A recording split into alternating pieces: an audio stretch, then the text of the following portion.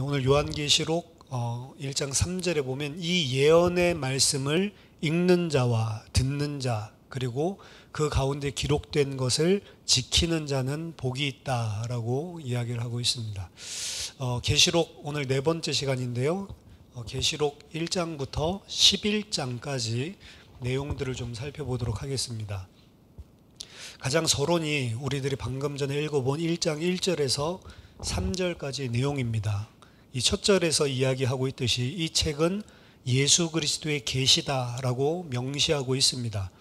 이 계시, 어퍼칼립시스라고 하는 단어는 unveiling, 베일을 걷어버리는 거다라고 말씀드렸죠. 지금까지 감추어져 있고 알려지지 않은 그런 초월적인 실제, 사실에 대해서 베일을 걷어서 그것을 나타내는 것을 의미합니다. 그 베일을 걷어내시는 주체가 예수 그리스도다라고 오늘 이야기를 하고 있습니다. 예수 그리스도께서 그 베일을 걷어내시고 그리고 그 걷어낸 베일의 내용이 오늘 이 계시록 전체의 내용을 구성하고 있다라고 하는 것을 알 수 있습니다. 그리고 여기서 좀 강조하고 있는 것은 이 일은 반드시 속히 일어날 일이다 라고 이야기를 하고 있습니다. 반드시 일어날 일이고 그리고 그것도 속히 일어날 사건이다 라고 이야기를 합니다. 이 계시가 이 묵시가 주어지는 과정을 요한은 이렇게 설명합니다. 하나님이 그에게 주사, 그는 누구냐면 예수 그리스도거든요. 하나님이 예수 그리스도에게 전해주셨고 그 예수 그리스도께서 그의 천사들을 통해서 그 종 요한에게 주셨고, 하나님, 예수 그리스도, 천사, 요한, 그리고 그 요한이 그 하나님의 백성들, 하나님의 종들에게 드러내는 그런 과정을 통해서 이 계시를 전달했다는 거죠. 하나님의 선지자이며 종으로서 요한은 예수 그리스도의 환상을 받습니다. 그리고 그는 이제 그가 본 것에 대해서 증언하려고 하는데 그것은 다름 아닌 하나님의 말씀과 2절에 나와 있죠. 예수 그리스도의 증거다. 하나님의 말씀과 예수 그리스도의 증언이다 라고 이야기를 합니다. 이에 대해서 3절에서는 계시록에는 여러 번의 이런 축도가 등장을 하는데요. 이 여러 축도들 가운데 가장 첫 번째 축도를 하고 있습니다. 이 예언의 말씀을 읽는 자와 듣는 자 그리고 그 가운데 기록한 것을 지키는 자가 복이 있다라고 이야기하면서 이는 때가 가까움이다. 이것도 마찬가지로 1절과 마찬가지로 곧 일어날 일이다 라고 강조를 하고 있죠. 요한은 이 예언의 말씀을 고수하는 자들, 이 예언의 말씀을 붙들고 있는 자들에게 복이 있다라고 기도하고 있습니다. 때가 가까웠기 때문에 그들은 반드시 그렇게 해야 된다. 강조를 서론에서 하고 있고요. 여기에서 보여준 많은 사건들이 곧 우리에게 일어날 것이다 라고 이야기하고 있습니다. 두 번째 파트는 1장 4절부터 8절까지인데요. 여기서는 오프닝 그리팅, 여는 인사, 그리고 송영과 그리고 하나님 주신 신탁을 내용으로 하고 있습니다. 먼저 1장 4절부터 5장 전반부까지는 요한 자신이 이 편지를 지금 쓰고 있는 저자임을 밝히고 있고요. 그리고 아시아에 있는 7 교회에게 편지하고 있다라고 이야기를 하고 그들에게 인사하고 있는 내용입니다.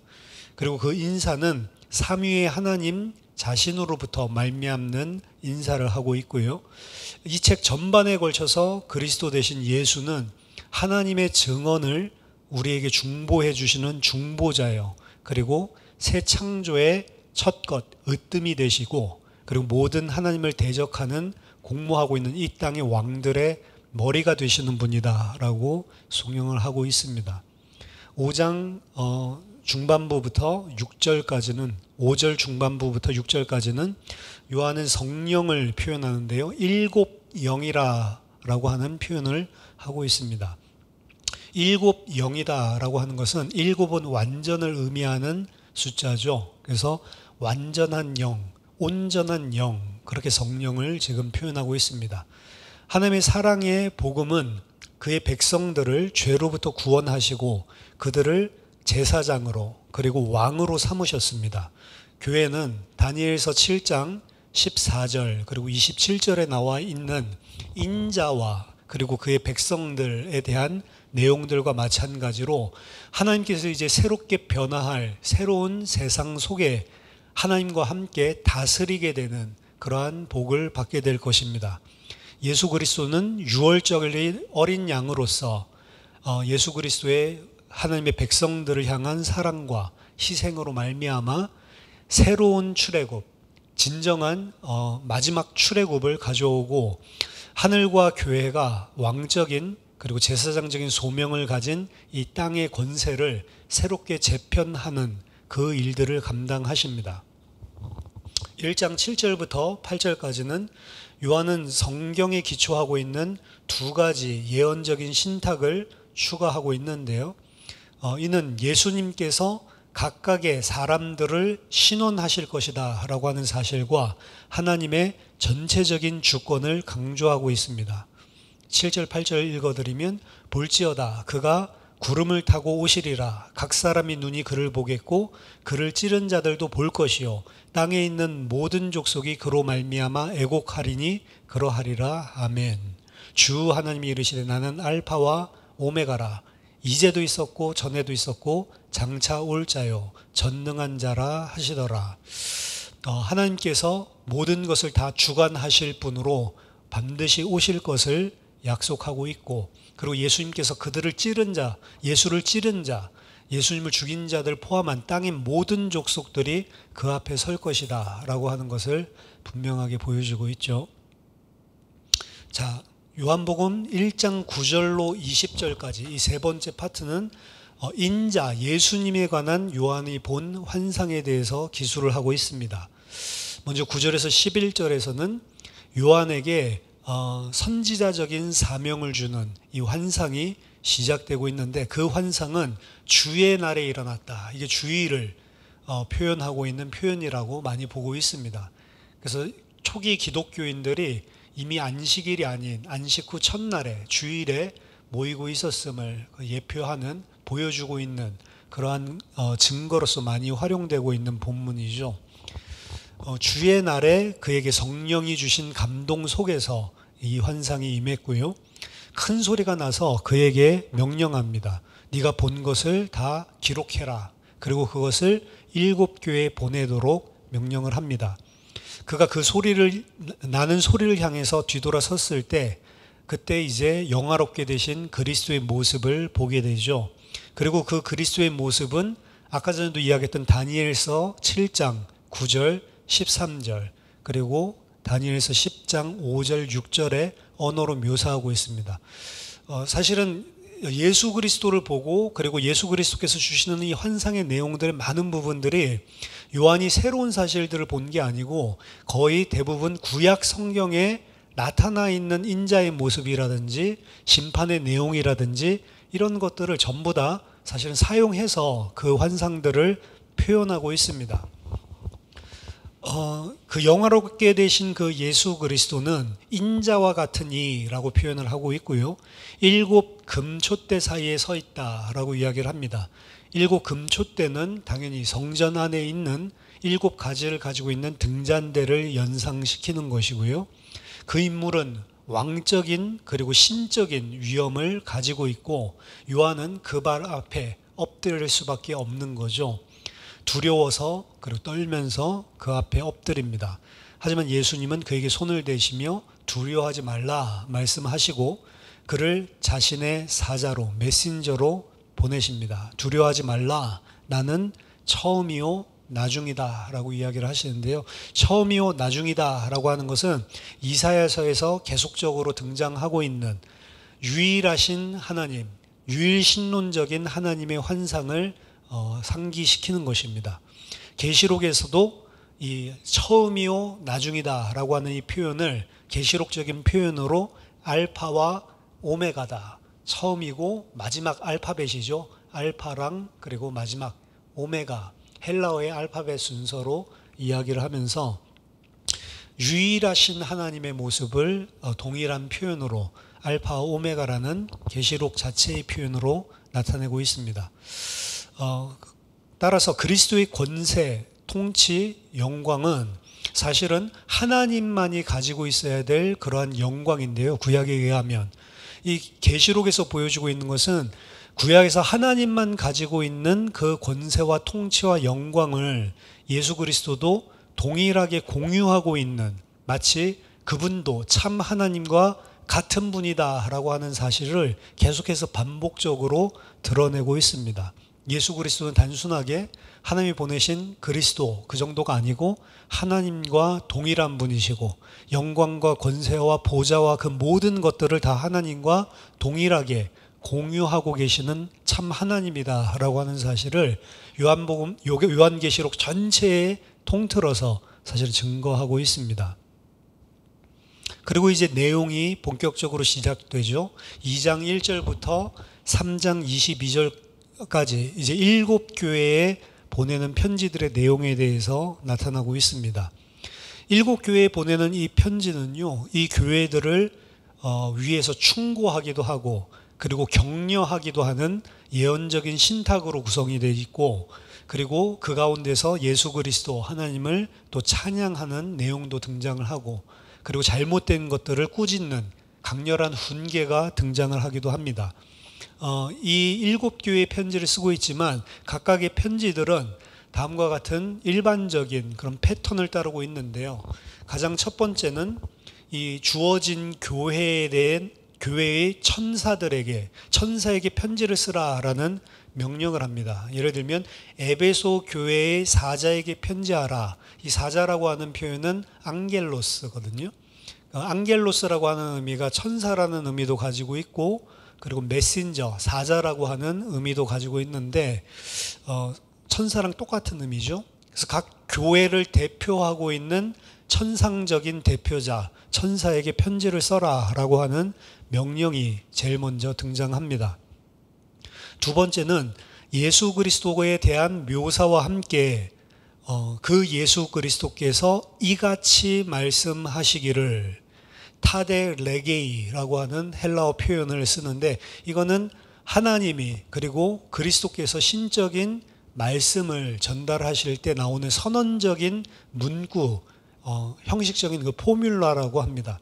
그래서 예수 그리스도의 묘사와 함께 그 예수 그리스도가 전하는 내용들을 표현할 때 항상 타데 레게이, 이같이 말씀하시기를, 우리나라 말로 하면은 thus says, 영어로 치면은 그 문구가 등장을 하고 그 다음에 이제 내용이 등장하는 거죠. 따라서 그 여기에서 7교회에 전달하는 모든 말씀의 모든 것들은 요한이 임의로 하고 있는 것이 아니고 그 예수 그리스도께서 전하라라고 한 내용을 그대로 적어서 그대로 전달하고 있는 것임을 강조하고 있습니다. 세 번째는 예수님이 각 교회에 대해서 무엇인가를 알고 계시다고 하는 진술이 등장을 하고요. 그 알고 계시는 내용에 근거해서 특별한 권면을 하시거나 혹은 칭찬을 하시거나 꾸짖는 내용들이 등장을 합니다. 그리고 이러한 칭찬과 권면과 꾸짖음은 전부 다 예수 그리스도의 재림에 비추어서 주어지고 있습니다. 그러니까 예수 그리스도께서 곧 오실 것이기 때문에 꾸짖는 자들은 그 꾸짖는 내용들 빨리 회개하고 돌아서라. 그리고 그 일들을 잘 지키고 칭찬하고 있는 내용이 있다면 예수 그리스도께서 곧 오실 것이기 때문에 예수님의 재림하실 때까지 끝까지 인내하고 승리해라 라고 하는 그런 형태로 주어지고 있습니다. 그리고 네 번째, 이 말씀들을 하고 난 다음에 각 교회에게 성령께서 하시는 말씀을 들으라 라고 하는 명령이 등장하고요.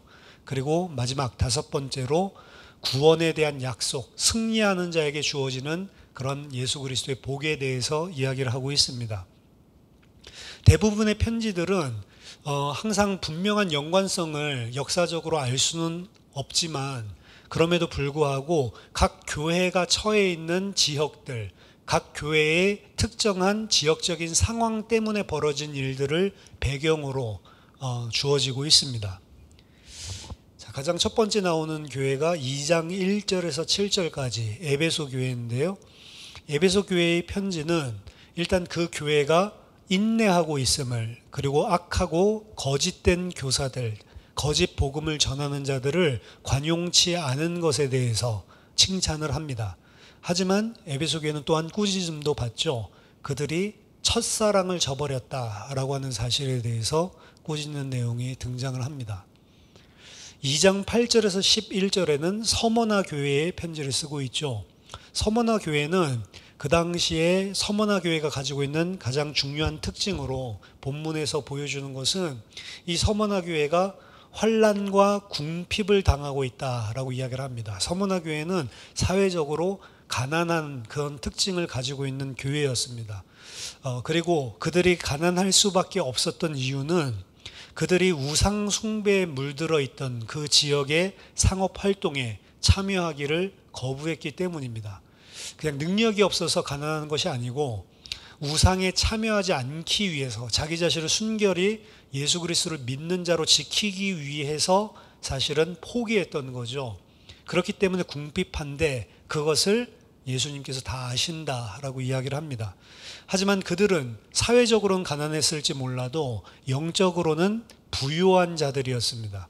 그들은 지역의 유대인 집단과 분리되어지는 그런 갈등과 긴장 속에 존재하고 있었는데, 유대인들은 그들이 지역의 신들 혹은 황제에 대한 예배를 하지 않는다는 이유로 그 지역의 로마 관리들에게 고소했었던 그런 역사적인 사건이 있었다라고 보고 있습니다. 그러니까 유대인들은 황제 예배라든지 그리고 지역의 우상신에게 절하지 않을 수 있는 권리가 있었어요. 근데 이제 기독교인들은 저들은 이제 유대인이 아니다라고 분리를 시키고, 유대인이 아닌데도 불구하고 저들은 유대교가 아닌 다른 자기만의 종교를 고수하면서 지역의 신들을 섬기지 않고 황제들에게 예배하지 않는다라고 고소를 한 거죠. 그러한 유대인들의 고소 때문에 사회적으로 많은 핍박과 환난을 당했었던 것 같습니다. 따라서 요한은 그 유대인들의 공회를, 그 유대인들의 회당을 사단의 회, 사단의 시나고그, 사단의 회당이다라고 부르면서 이 유대인 지도자들이 사단의 편에서 교회를 고소하고 있음을 나타내고 있고, 그들이 그리스도의 백성을 대적하고 있는 로마의 우상과 동일 선상에 나란히 서 있음을 고발하고 있습니다. 이로 인해서 고난을 당하고 있지만 서머나 성도들은 신실하게 남아 있습니다. 그래서 이 꾸짖음을 당하지 않고 신실한 두 교회 중에 한 교회가 이 서머나 교회죠. 세 번째 2장 12절에서 17절은 이제 버가모 교회에서 대해서 이야기를 하는데, 예수님은 이 버가모 교회 앞에 나타나실 때에 날선검, 양날검을 가지고 있는 자로서 말씀을 하십니다. 이 날선검, 양날검이라고 하는 것은 예수님의 심판장, 재판관으로서의 역할을 상징하고 있는 것이고요. 버가모라고 하는 것은, 이 버가모 교회는 사탄의 보좌 중심에 있는 그러한 교회였습니다. 그 말은 버가모 지역에 있는 제우스 제단 그리고 황제 종교가 엄청나게 사실은 부흥했었던 것들을 일컫는 것이고요. 하지만 이 교회에는 거짓 가르침과 그리고 비도덕적인 관심이 존재하고 있었습니다. 꾸짖음 받는 내용이죠. 따라서 그 교회, 버가모 교회 구성원들은 반드시 하나님 앞에 회개해야만 함을 이야기하고 있습니다. 바울 같은 경우에는 성도들이 우상 제물을 먹는 것 아무 상관없다, 모든 것이 다 하나님이 주신 거다라고 우상 제물 먹는 것을 허용했죠. 단 그 우상 제물 먹는 것으로 인해서 동료 신자들이 시험에 들지 않는다면, 시험에 든다면 그것을 하지 말거니와, 시험에 들 그러면 상황이 아니라면 뭐 조용히 혼자서 먹는 것은 큰 문제가 되지 않는다라고 봤습니다. 이교도의 종교에 참여해서 그들의 우상 신전에서 절하고 혹은 우상 신전에서 우상을 섬기는 자로서 먹지 않는 한 그냥 고기로서 그냥 먹는 것은 아무런 문제가 없다라고 이야기를 했죠. 그런데 요한은 여기에 대해서 더 강력한 노선을 취하고 있습니다. 그는 어떠한 종류라도 이교도의 희생과 연관된 고기를 먹는 것을 금하고 있고요. 그것을 일종인 영적인 간음의 형태로 간주하고 있습니다. 그것은 아마도 버가모 교회의 교인들이 그 우상 종교와 문화에 너무나 동화되어 있었던 사실들을 지적하기 위해서 그런 것 같습니다. 두아디라의 이세벨, 그리고 버가모의 니골라당 같은 이런 일부 이런 그 잘못된 가르침을 따르고 있었던 이런 사람들은 영적인 간음을 하고 있는 상태다라고 사실은 간주되어지고 있습니다. 그들은 기독교인들의 사회적인, 경제적인 삶의 참여를 확보하기 위해서 사실은 그들은 타협을 하고 있었던 것 같습니다. 그래서 요한에게 있어서 진정한 신실함은 아까 전에 이런 이 서머나 교회와 같이 오히려 그러한 곳에 철저하게 선을 긋고 분리적인 성향을 취할 것을 요구하고 있습니다. 만약에 버가모 성도들이 우상을 음식을 피한다면 그들은 하나님께서 숨겨진 만나를 허락하실 것이고, 하나님 백성에게 주시는 양식이죠. 하나님이 주시는. 그러니까 세상에 우상 숭배에 참여함으로 사회적인 음식을 얻는 것이 아니고 하나님이 주시는 비밀한 양식을 얻게 될 것이고, 그리고 그들은 새 이름이 적힌 신도를 받게 될 것이다. 이거는 하나님의 보호를 상징하는 겁니다. 그래서 너희들이 살기 위해서 이방신에게 절하거나 이방신들을 절하는 행위에 같이 참여하고 그 고기를 먹고 그러지 말라는 거죠. 왜냐? 만약 그러지 않으면 하나님이 감추어진 만나를 너에게 줄 것이고, 그리고 너희를 힌도를, 이름 쓴 힌도를 준다라고 하는 건 너희들을 하나님이 보호해 주실 것이다. 세상적인 방법으로 보호받으려고 하지 말고 하나님이 주시는 보호를 받기 위해서 세상의 것들과 동화되지 말라라고 하는 메시지를, 꾸짖음의 메시지죠, 버가모 교회에 주고 있습니다. 그 다음 2장 18절에서 29절까지는 두아디라 교회에 관한 것인데요.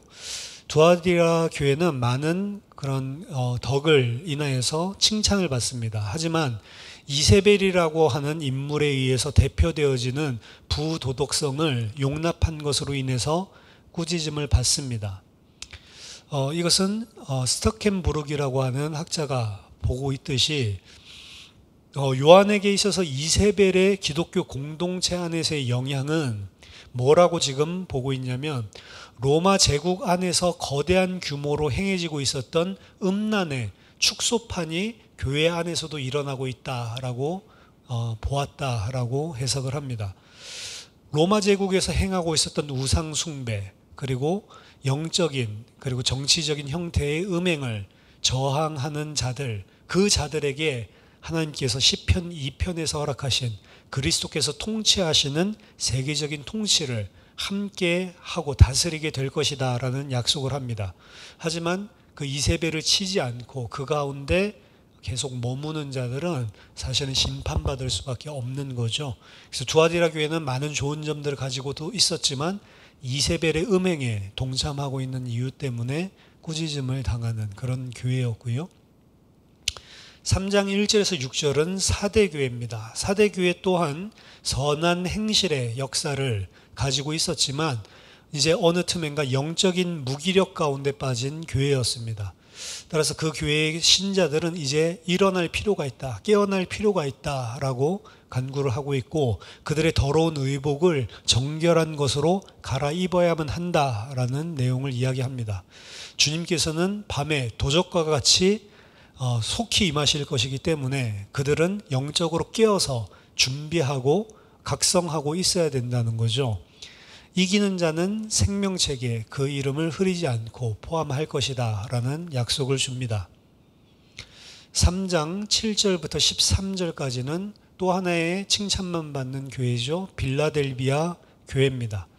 빌라델비아 교회의 예수님의 모습은 그리스도적인 권위를 강조해서 나타나고 있는데요. 그 그리스도는 다윗의 열쇠를 손에 쥐고 계시는, 즉 모든 권세와 능력을 그 손에 쥐고 계신 분입니다.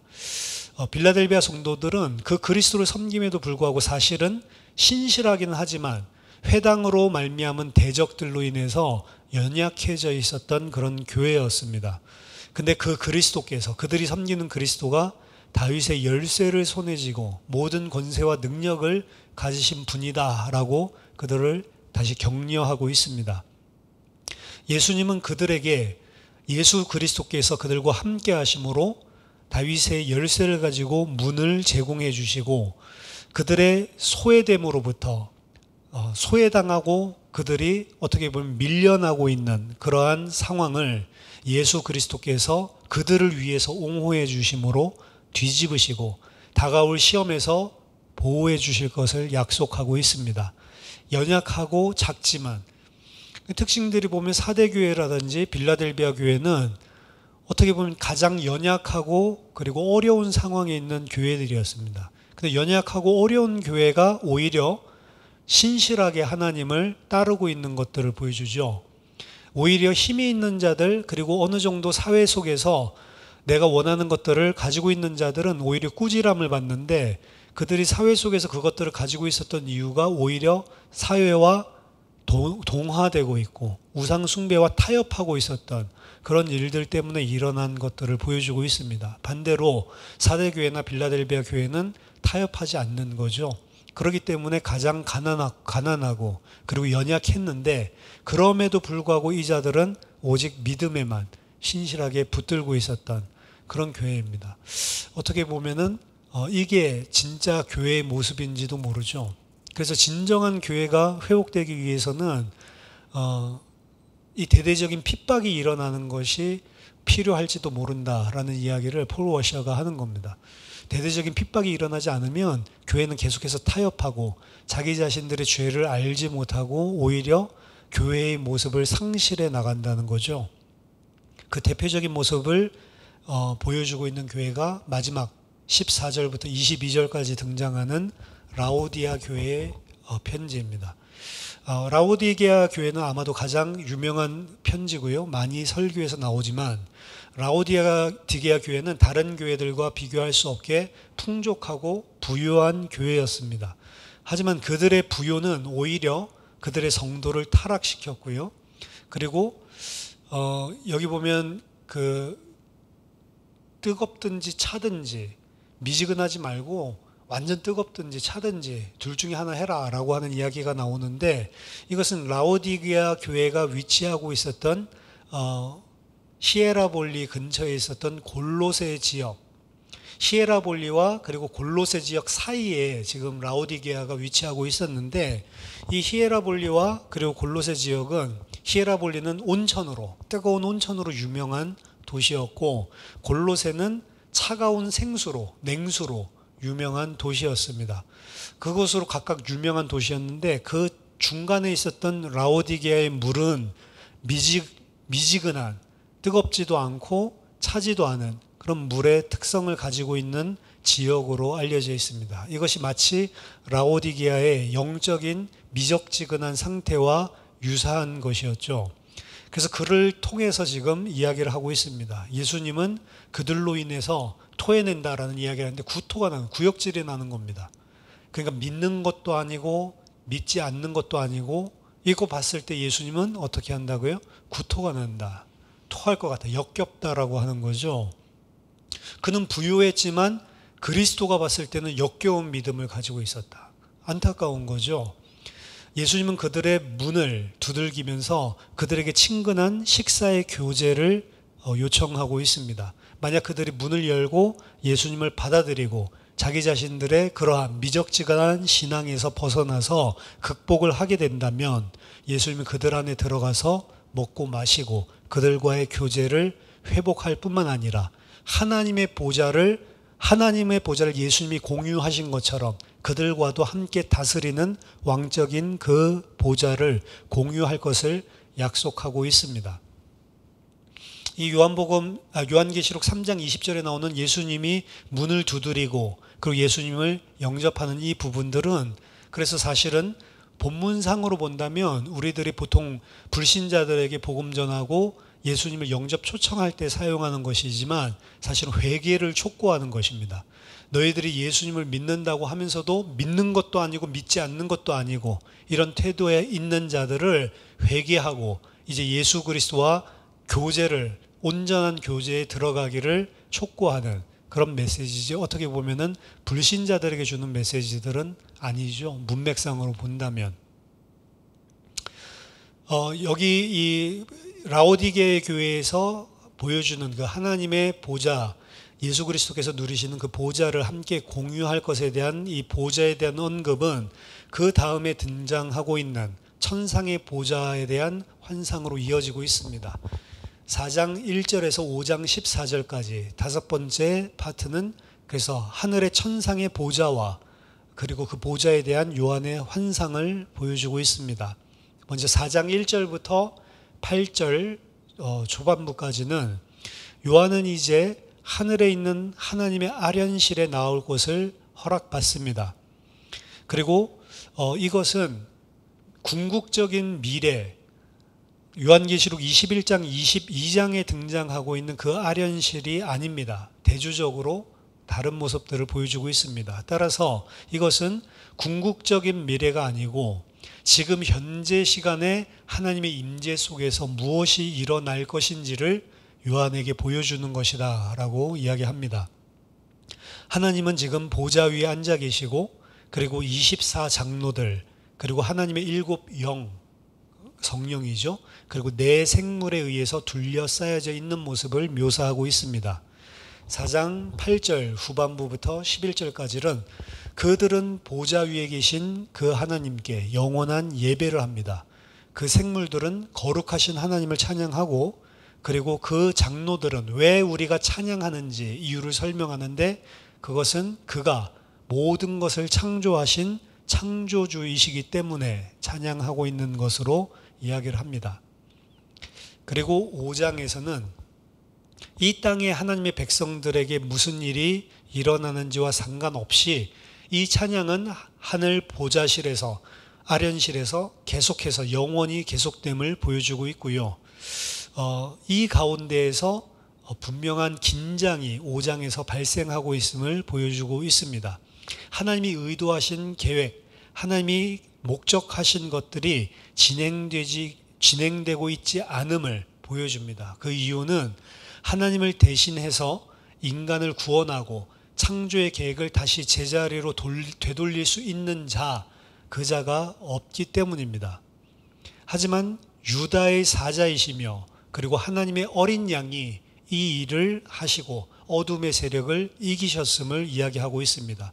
따라서 새 노래가 모인 무리들로부터 일어나고 이제 어린 양에게 모든 찬송과 찬양과 영광을 돌리고 그리고 그 어린 양이 그 모든 권세를 가지고 있는 보좌에 앉아 있는 이런 모습들을 보여주고 있습니다.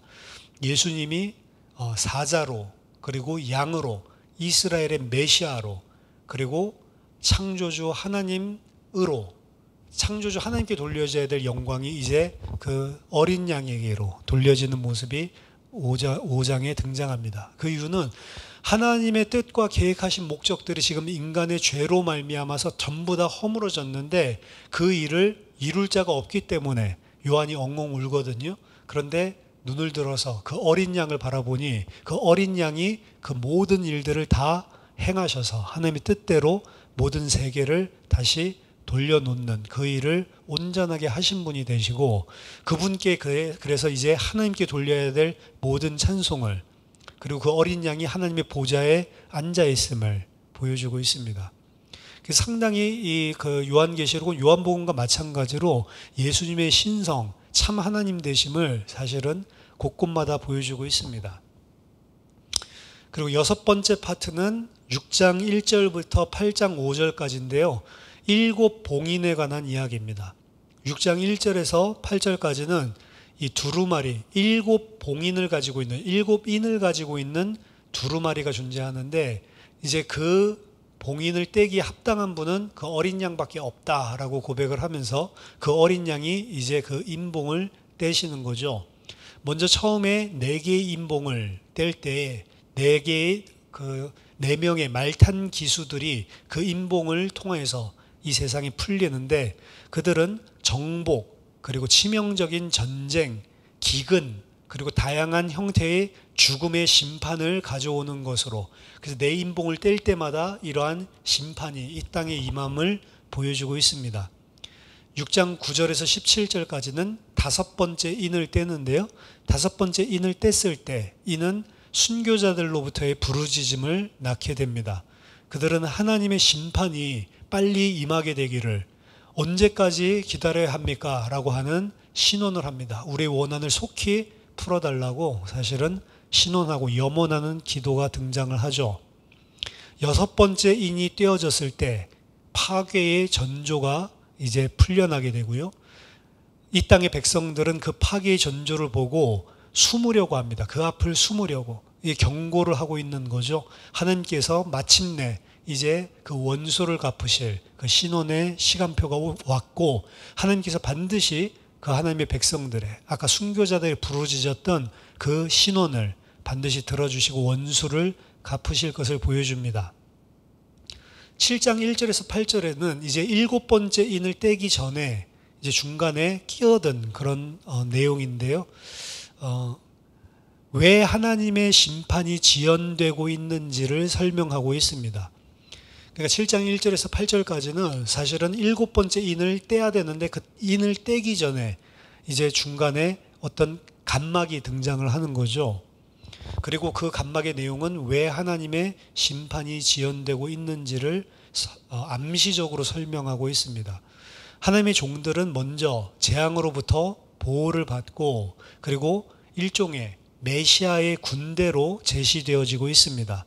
그리고 12지파로부터 나온 숫자 14만 4천이라고 하는 것은 교회는 이런 구약의 이스라엘의 계속 연속성을 가지고 있는 이스라엘이고 그리고 이스라엘로서의 교회를 표현하기 위한 상징적인 숫자입니다. 7장 9절에서 17절까지는 이제 그들은 셀 수 없이 많은 무리에 의해 합류되어지고 모든 순교자들로 구성되어져 있고 이제 하나님께서 그들을 치료하시고 위로하시는 임재를 약속받게 됩니다. 그리고 8장 1절에서 5절에서 일곱 번째 인이 드디어 깨어지죠. 잠시 동안의 침묵 이후에 이 잠시 동안 있는 이 침묵은 하나님의 인재를 나타내는 사인입니다. 잠시 동안의 침묵 이후에 일곱 천사들이 일곱 나팔을 부여받고 심판을 내리기 위해서 나팔을 붑니다. 동시에 또 다른 천사가 천상의 성전에서 제단의 향을 가지고 올라가는데 이는 하나님의 백성들의 기도죠. 그리고 하나님의 백성들의 기도를 통해 하나님께서 하나님의 계획을 이루시는 것들을 상징적으로 보여줍니다. 완성이 하나님의 백성들의 기도와 그에 대한 응답으로 이루어지는 것들을 상징적으로 보여줍니다.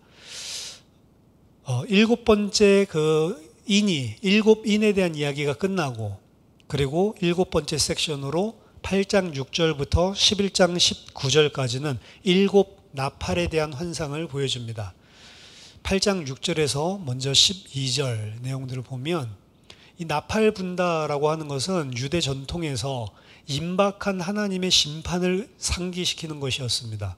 그래서 여기서 나팔을 부는 것은 다양한 하나님의 심판에 대한 전조와 그리고 하나님께서 임재하심을 보여주게 되는데요. 요한은 출애굽 이전에 있었던 애굽에 있었던 재앙을 염두에 두고 이 나팔 그 기사를 쓰고 있습니다. 출애굽기 7장에서 12장 보면 이스라엘 백성이 출애굽하기 전에 하나님께서 전조를 주시고 애굽을 재앙으로 치시는 장면들이 순서적으로 이렇게 나타나 있죠. 마치 그와 같은 것으로 이 나팔에 대한 환상을 기술하고 있습니다. 그는 하나님의 백성을 유월절과 같이 구원하시는 일이 일어나기 전에 일어나는 이 세상의 거주민들에 대한 순차적인 애국과 같은 심판, 재앙을 보게 됩니다.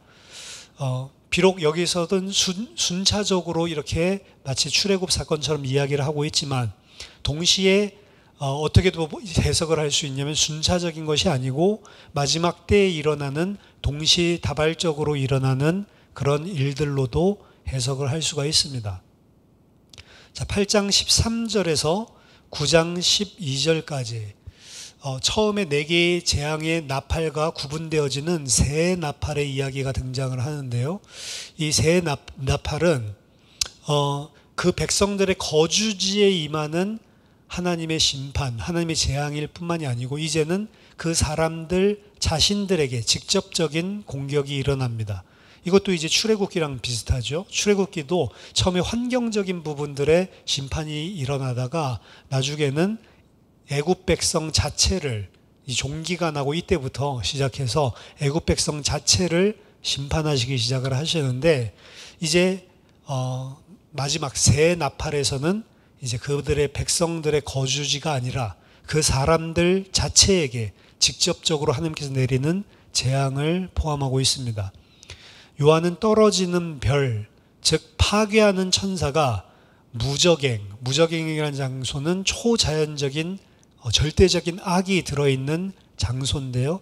그 장소를 이 천사가 여는 것을 봅니다. 파괴를 가져오기 위해서 이제 무저갱을 열어서, 그래서 그 악들을 풀어내는 거죠. 무저갱으로부터 이제 독성이 연기가 피어오르고 황충이라고 묘사되어져 있는 그런 한 군대가 이제 일어나게 되는 것을 보게 됩니다. 그리고 그 천사의 이름이 주어지는데, 그 천사의 이름을 아볼리온, 파괴자다라고 이야기를 하고 있습니다. 그 다음 9장 13절부터 21절까지 여섯 번째 나팔이 더한 파괴의 재앙을 일으키고 있는 것을 보여주는데요. 2억의 마군들이 유프라테스 강으로부터 풀려나는 것을 보여주고 있습니다. 이 이미지는 로마 당시에 로마의 동쪽에 있었던 파르티아인들이 로마를 기병을 중심으로 침략을 했는데, 그 파르티안 기병들은 로마인들에게 엄청난 두려움을 자아냈던 그런 민족들입니다. 그래서 그 기병들이 로마를 휩쓸었던 그런 공포들을 이미지로 사용을 하고 있는데요. 2억이나 되는 마군들이 유프라테스 강으로부터 풀려나서 침공하고 있는 것들을 보여줍니다. 그들은 불과 연기와 유황을 내뿜는 군대로 묘사를 하고 있고요. 이거는 그들이 단순한 인간 정도가 아니고 인간을 초월한 마귀적인 그런 기원을 나타내는 것이었습니다. 그들의 맹습은 참 하나님을 예배하지 않음으로 인해서 뒤따르고 있었던 다양한 악습들, 악행들, 살인, 마술, 음란, 절도로부터 사실은 회개할 수 있는 기회를 제공해주고 있다라고 이야기합니다.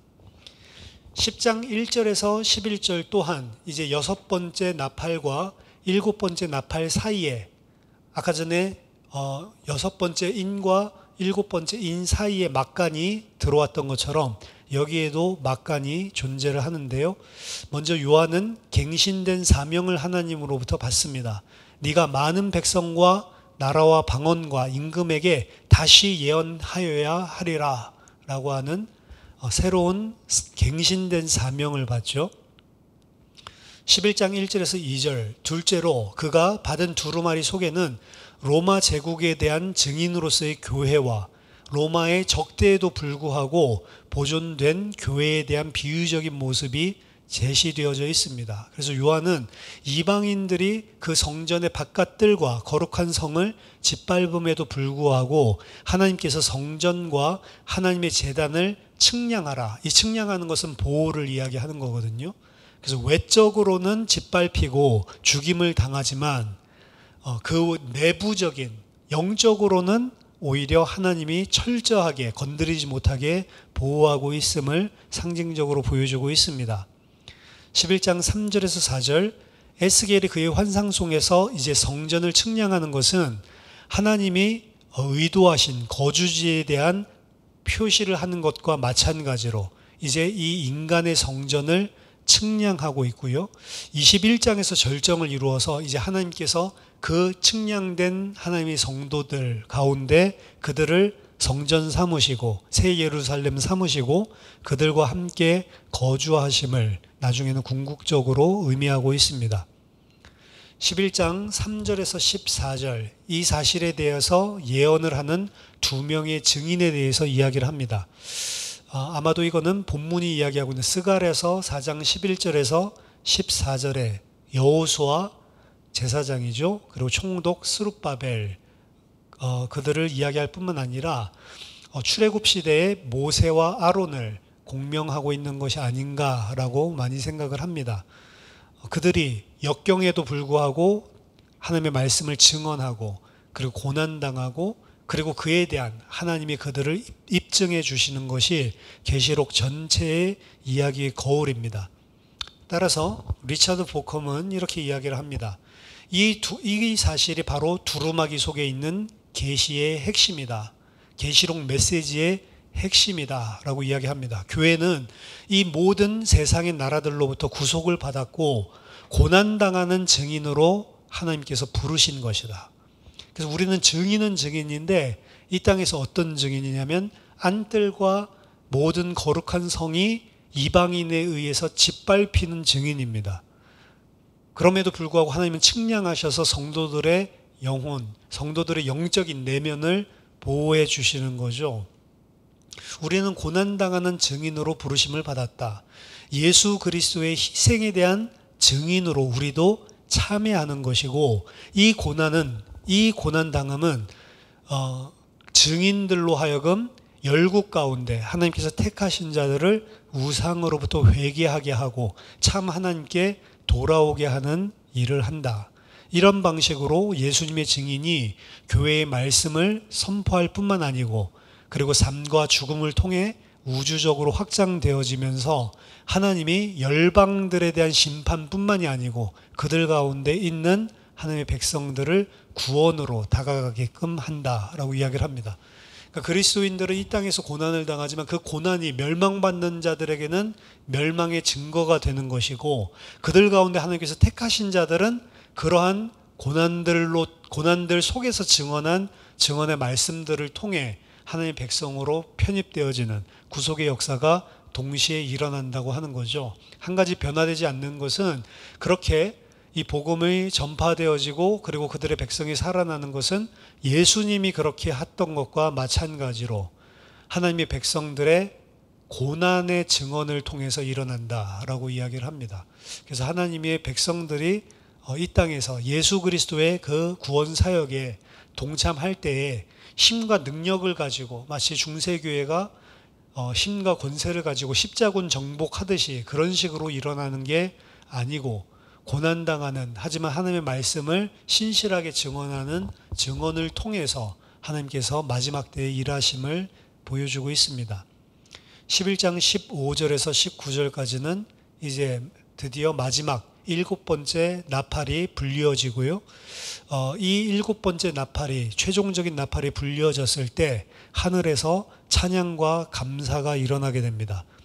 하나님 나라와 그리고 이 세상 나라 사이에 있었던 분열이 이제는 끝이 나고 하나님의 통치가 이제 온전히 이 땅에도 임하게 됩니다. 하나님의 통치와 진노가 이제 분노하고 있는 열국들 위에 내리게 되고 하나님의 심판이 시작되어지고 그리고 위험하고 두렵게 보이는 그 천상의 성전이 이제 사람들이 볼 수 있도록 열려집니다.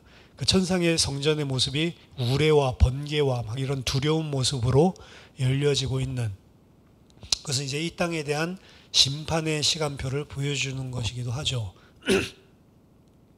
따라서 오늘 11장까지 이렇게 좀 살펴봤는데요. 갖가지 이미지들이 여기 다 등장을 하고 있는데요. 아까 전에도 말씀드렸다시피 다니엘서에 등장하고 있는 그런 묵시의 이미지들 그리고 출애굽에 등장하고 있었던 그런 하나님의 말씀, 구약 성경에 있는 이미지들을 통해서 말세에 일어날 일들을 보여주고 있고 이거 계시록 강의할 때 이야기했지만 7인을 떼는 것과 그리고 7 나팔을 부는 것 또 7 대접 이러한 모든 환상들은요 각각의 다른 것들을 이야기하고 있는 것이 아니고 같은 것을 반복적으로 보여주고 있는 겁니다. 같은 것을 반복적으로 다양한 이미지로 보여주면서 조금씩 그 안에 있는 내용들이 마지막 때에 일어날 일들을 앞에서 설명하고 있지 않는 부분들을 조금씩 강렬하게 이야기를 하고 있습니다. 그래서 심판이 강렬하게 점진적으로 다가오고 있는 것을 전체 그림을 통해서 보여주고 있고 똑같은 일을 반복적으로 사실은 보여주고 있기 때문에 연대기적으로 해석하면 사실은 해석이 안 되는 부분들이 많이 존재하게 된다는 것. 그래서 그 환상들 중에 오늘은 7교회에 준 편지, 그리고 7봉인과 그리고 7나팔까지 요 내용들을 간단하게 살펴봤습니다. 지금은 전체적인 내용들의 대략을 이야기하는 거기 때문에 자세한 부분들은 요한계시록 강의를 참고하시면 좋을 것 같습니다. 오늘 여기까지 하고 기도하고 마치도록 하겠습니다. 기도하겠습니다.